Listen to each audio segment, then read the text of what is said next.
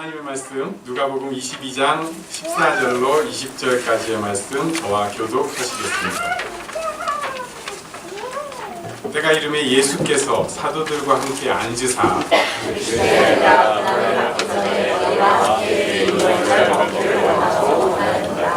내가 너희에게 이르노니 이 유월절이 하나님의 나라에서 이루기까지 다시 먹지 아니하리라 하시고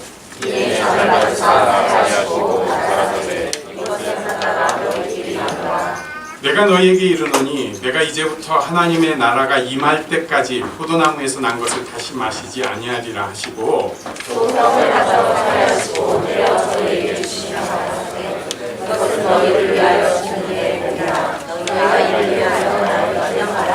함께 있습니다. 저녁 먹은 후에 잔도 이와 같이 하여 가라사대 이 잔은 내 피로 세우는 새 언약이니 곧 너희를 위하여 붓는 것이라.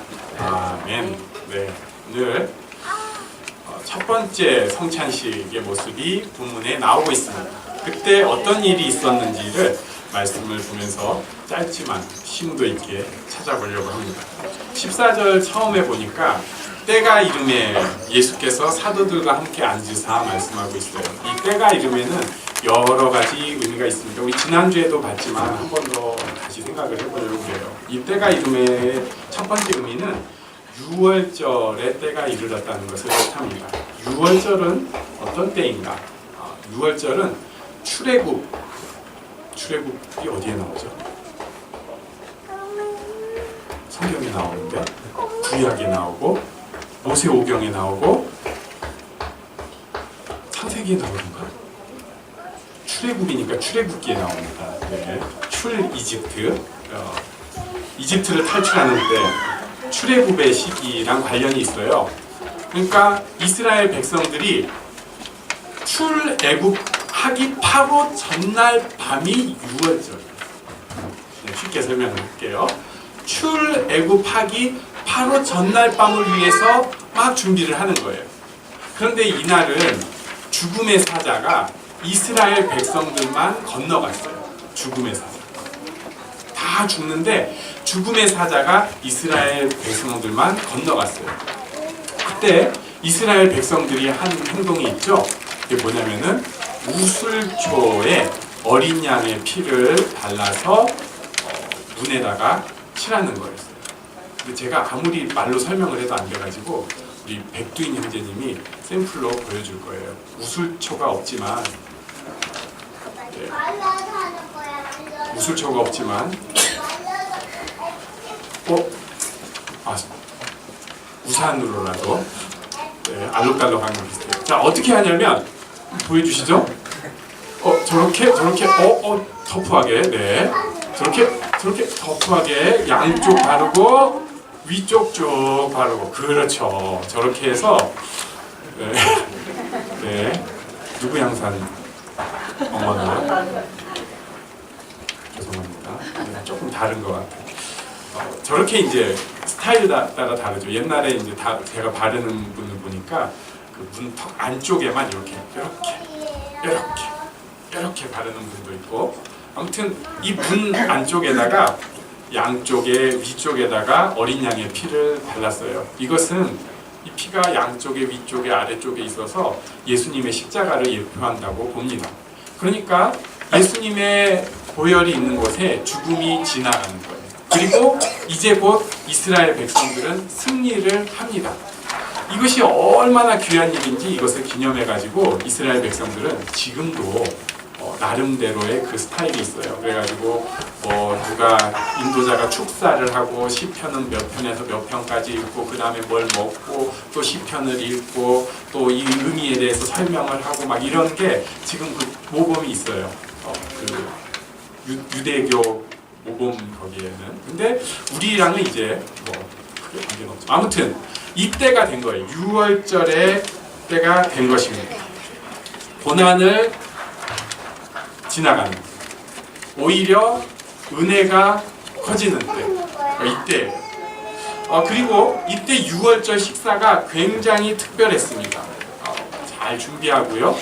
양고기를 잡아가지고 저녁에 먹는 거예요. 그러니까 유월절 저녁 식사는 1년 중에 있는 가장 중요한 식사예요. 제가 그냥 미국식으로 생각하니까 요즘도 그런지 모르겠는데 추수감사절 식사?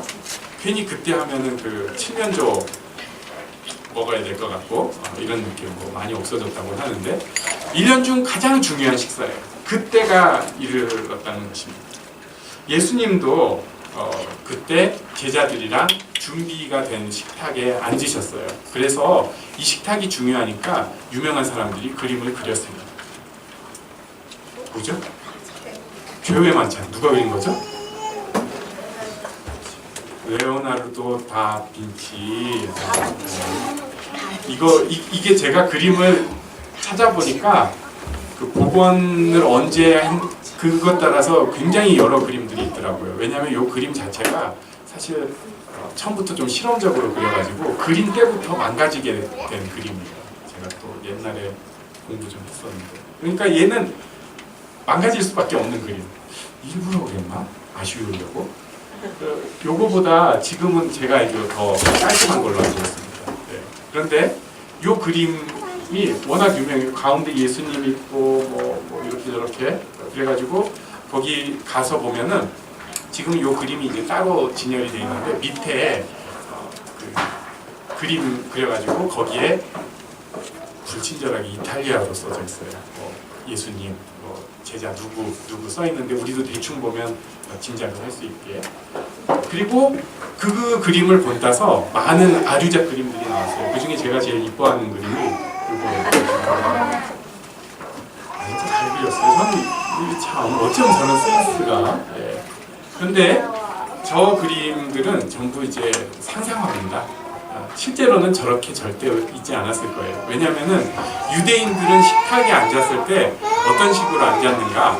식탁에 앉는 게 아니라 아주 낮은 테이블, 우리 지금 3층에서 쓰는 테이블보다도 더 낮을 수 있거나 아니면 그 정도, 거기 옆에 이렇게 길게 누워 앉는 거예요.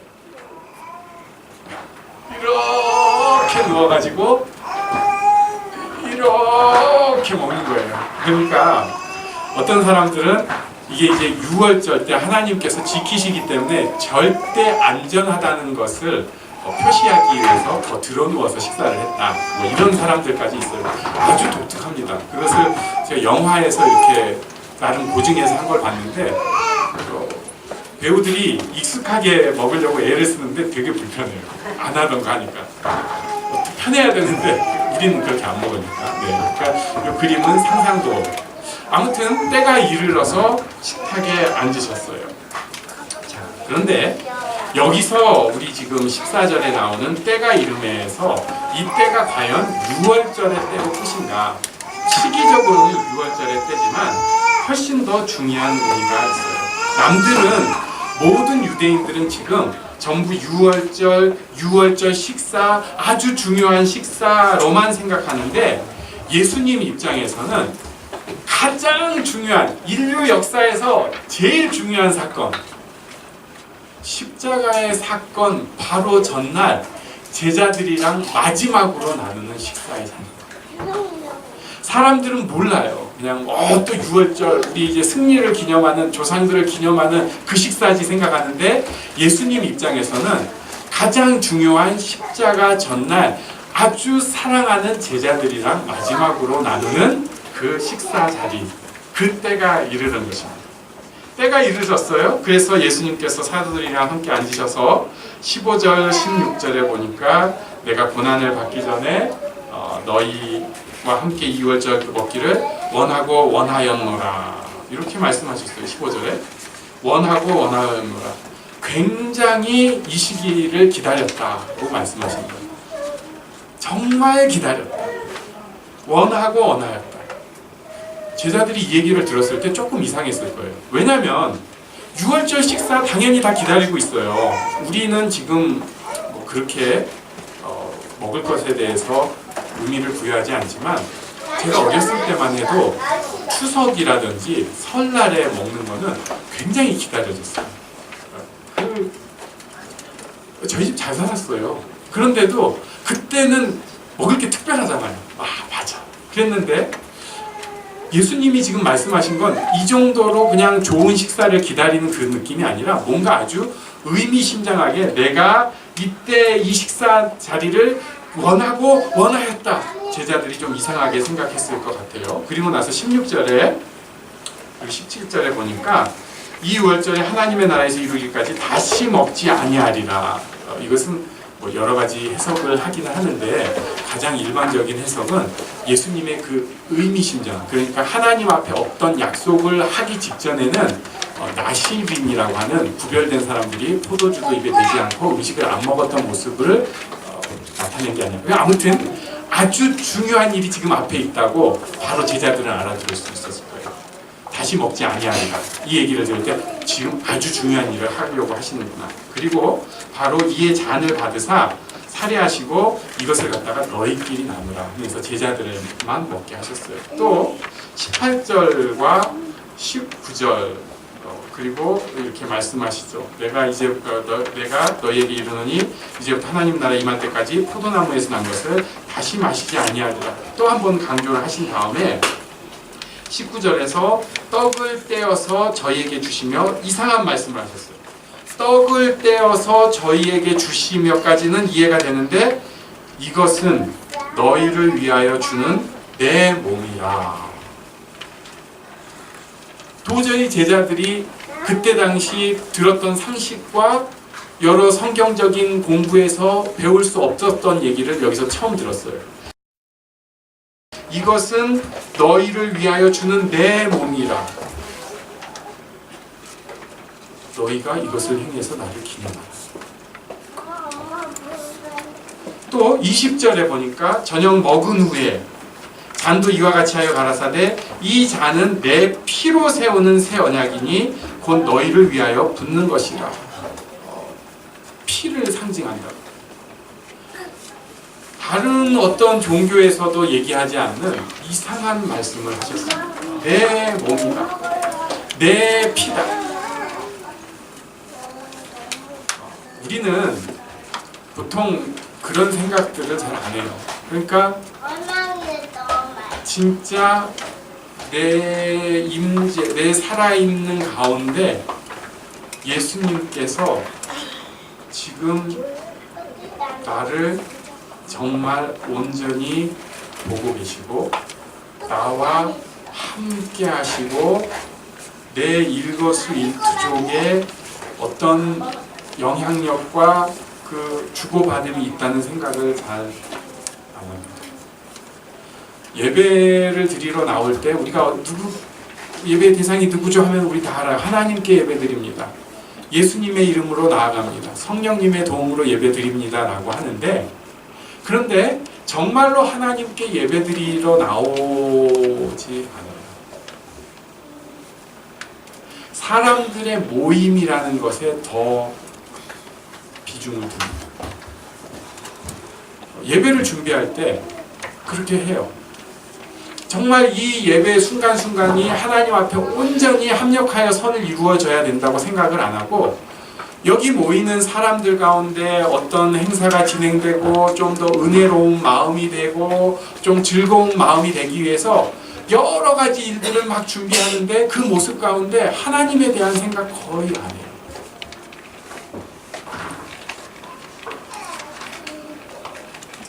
교회에서 교회 예배를 섬기는 사람들, 목회자들도 그 모습을 갖게 되고 주일학교에서 주일학교를 섬기는 선생님들도 그렇게 해요. 아이들은 잘 압니다. 하나님은 살아계신 게 아니라 우리는 껍데기만 예배하면 되는 거야. 껍데기만 돼. 껍데기만 돼. 주일학교에서 예배를 드린다고 준비할 때 이 예배가 하나님 앞에 드려지는 예배라고 잘 생각하지 않아요. 우리가 아이들을 가르치는 것 하나님의 은혜 가운데 가르친다고 생각하지 않습니다. 하나님 안에서 드려진다고 생각하지 않아요. 그냥 내가 아는 것, 내가 준비한 것을 아이들한테 성심껏 잘 가르치면 된다고 크게 착각을 하고 있어요. 그냥 잘 준비하는, 마치 구약에서 6월절 식탁 잘 준비해서 와 식사 잘했어, 오늘은 정말 모든 순서가 착착착착 진행돼서 고기도 잘 준비됐고 누룩 없는 빵도 잘 준비돼서 맛있게 잘 먹었고 덕담이 잘 됐고 하나님을 향한 찬양이 멋지게 이루어진 최고의 6월절 식사였어 라고 껍데기만 잘 가지면 된다고 착각을 합니다. 그런데 예수님은 여기에서 전혀 다른 얘기를 하고 있어요. 지금 그 제자들이 먹고 있는 그 떡, 그냥 그 떡, 먹고 있는 그 잔, 그것이 바로 자기라고 표현을 하십니다.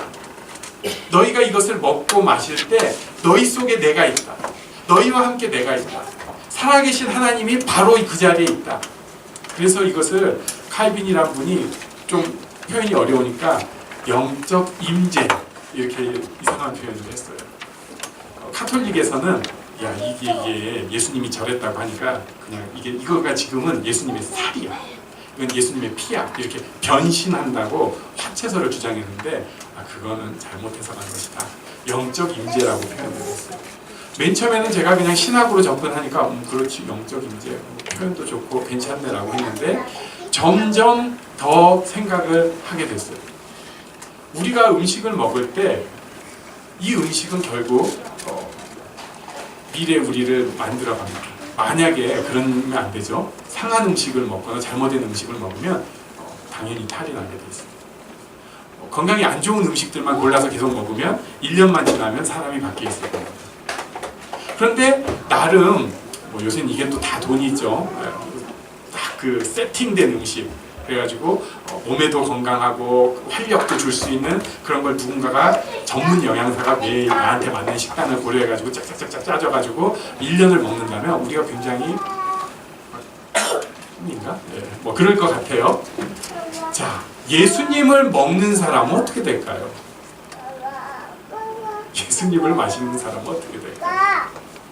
그냥 세상의 음식을 먹고 마신 것과 다르게 예수님과 함께 예수님 그 자체로서 작은 예수로서 살아가야 되는 것입니다. 이것이 자기 억지로 일부러 자기 힘으로 되는 것이 아니라 하나님께서 그 내면 가운데 역사를 하세요. 놀라운 일이 생기기 시작합니다. 많은 경우에 우리는 교회에서 이거는 이렇게 해야 돼, 이건 이렇게 하는 거야, 자꾸 제안을 짓고 이렇게 하자고 저렇게 하자고 얘기를 해서 사실은 그 내면에서 지금 잘하고 있는 그 하나님께서 주신 놀라운 일들을 닫아버려요. 제가 그런 거 아주 잘해요. 예. 닫아버려요. 이거 이렇게 해야 됩니다. 요거 이렇게 해야 됩니다. 그 사람 속에서 지금 막 변하고 예수님께서 드러나려고 하고 있는 모습을 막 닫아버려요. 애들한테서 그런 모습이 일어날 때 이건 이렇게 하는 거야, 저건 이렇게 하는 거야, 정답을 다 가르쳐주면서 그 마음 속에서 정말 스스로 일어나려고 하는 믿음의 모습을 어떻게 보면 닫아버려요. 우리도 그냥 이건 이렇게 하는 거예요. 자기가 해야 할 일로만 생각을 하기 시작하니까 이스라엘 그때 당시 유대교의 모습이 지금 기독교의 모습하고 큰 차이가 없게 되는 거예요. 예수님은 그거 아니라고 하시는 거예요.